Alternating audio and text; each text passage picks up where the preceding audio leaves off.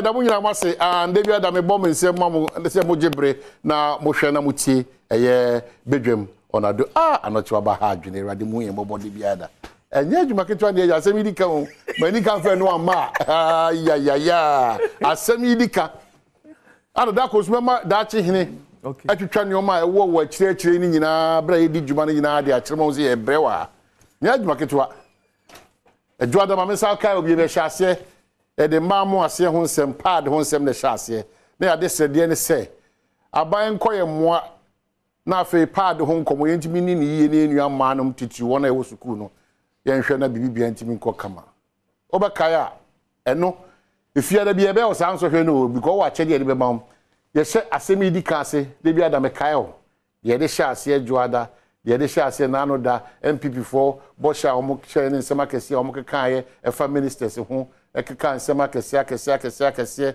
ye kotu ye nuaba Asame enuaba Asame eku reference on the 14th of June or July ho baby ye kire o ministers dodo a that time na NDC afa MPP gina mu kasa omba de omo so be na mu de aba 85 enrada obehwa Ghana First obi amu avete no nkomo opi appointment committee nkomo ekofiri mu ba Ghana First eye tole dwumedie no so no ye ka ho Asem hanum se ekowi ase na kokobọ ne se we na aban kutua na mombia manankofa judgment date bia asambere nti Asem idika kokobọ na obọ no se ya nhwe yi a ye de 6 ebeda ne 9 na afi ye de kese pa ebesoa eye o my Ghana enei ya wada wasaba kakum ye gine ho anum koku anum prekope agosi machi oye opambo ne kese wo frem koku we da se pa o na we de kakum wozi mi koku nyame Adom akwatunya so isanko ade a now you say now it's now bibia da no kwamu dia that's it you're going do bibia say and opede na de ba for happy birthday nkoma Lady Rosemary Walker okay Sister Penny yo Cape Coast Hotel when we beating me to the game oh wow and then the back to our birthday and then when you afi enti one ni kunu Johnny Walker happy birthday. Who said that here? Like your true berry man's birthday. Oh. Unia. Yeah. La, and then maybe you. Like you also happy birthday. Happy birthday. Now on your case. Yes. Oh man, before say make us that time is now that my sa trotro video no. Na yen share yes my best baako entem. Okay. Yen share video be. I see. Share there. Hey. We a car a fenipa e wo ye man. That time video boy anka esi we e ye trotro. I didn't see no. Nyema ne akyekyere e wo so saa no. Ye mfa car we enya Asem kese enka ba de atwuma adwen de esi the kind of public transport. Yeah, ye wo e wo ye man. Obeka somewhere 2018 National Road Safety Authority betu just say car kwanhia do a ekoso no trotro ahodo di mu akotene pa yes na pedifo kama no koyim say to de be na say accident si won kran a ubi say eye de na nipa e wo because e kwa the foot na wo dual carriage oh ye memu enti head on collision enta nye ade e test na aka say nipa e wo bebre but the man nipa wo bebre na say trotro na nipa o man wotim no ehun na ye yini nyina tuetue na na de de pepe ti say ka ne pim kakra bi a na kuma akopem da de so ti instead say the form a share seat ho say ke betimi a 7 nipa kakra no form ni nyina hwe ama Canada na apie. Oh, but this is the car. But the problem again is that sometimes meaning you create problems because even cars and about additional almost say any cars almost try to be count. That is it. But almost try to be count. Yes. I'm a son kunya almost try and your car na hold the say fado no. Now no that many obi la. Okay. La bad decline so yes. And you who say shame be a say. And you gina driver for no. Na catch him so. A shame na mashe na mana bro so see a cherry boot in a mo baby at all. Ebe timi adenche car na mana kofa problem. Ma me ba ku unity ya the super glue aso.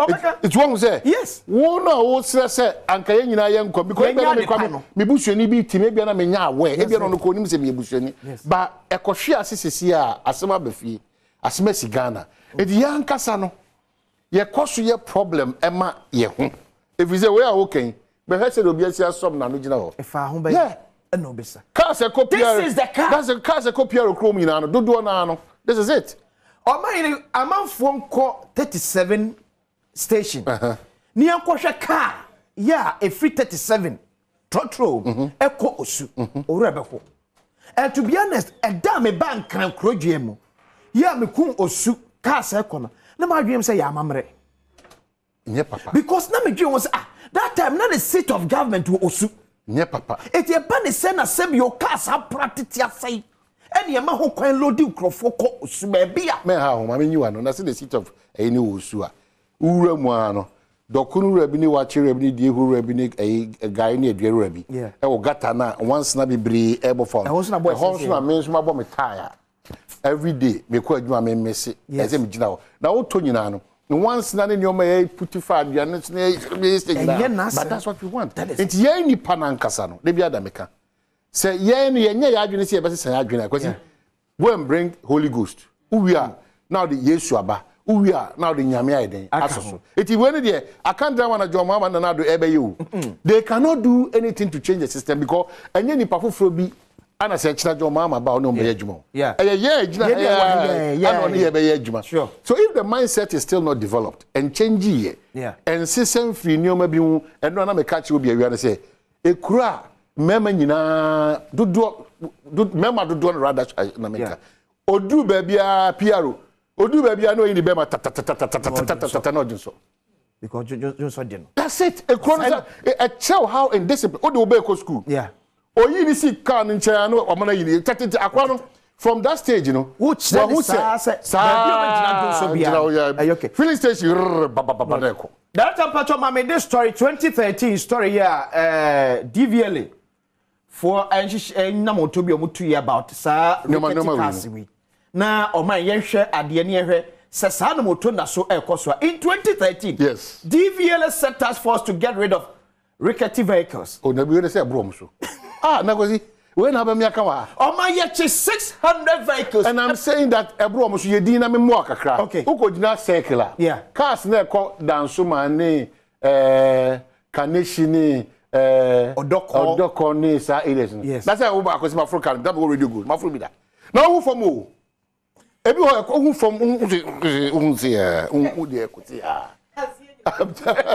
awon when the wadaroma me person me catch us ebro so enu nti na obehwa biribia da dem say NDC aban they attempted that and MPP so attempted kakra they attempted bringing in cars umbrella GPRTU I think they are yellow stuff no somebody ma GPRTU but ebua no mo de ma ankran ni ku no na ebro adwene ntiase so it was avoided and the commerce hackers ko yes it was avoided na boy who say sa no mo tu no mo ni ba do say ka obi da so ko adwuma oh yes so adwuma and make it 37 station elo di free wo kote every 37 ko osu cars here is you abrante atwere ko car we bio etu tu kuma na catch obi say unpack the car no me for public transport no we say dey na me kwa akofo car we na omni MTTD first mom here MTTU and then omni umtu sa no dem so say sa hihye na kwa akote say eti ye jamana ye say ya masasem yo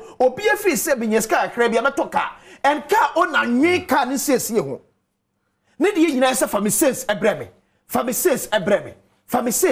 na go mama say fa we to small ya wa na post for this share by say wa almost safety belt yes now car we no me tell my safety belt wait car we seat belt na kasa we car we seat belt away baba so quickly ya MPP promise on rickety cars akosi uye bio say dey ya na ya ma o di Asem wo na di campo say Asem ya de bia wo kasa kire ya me hunu o de se kakra wo kasa wo achi nya se kakra but say o si twem we ya Asem wa di ni pawu kum nipa NPP promise to truck drivers some more cars papa to replace the rickety cars. I see. Sir promise now honorable Yabuabia Sama the former director of communications. Oh no yes. In September 2020 And in fact, or two program the credit.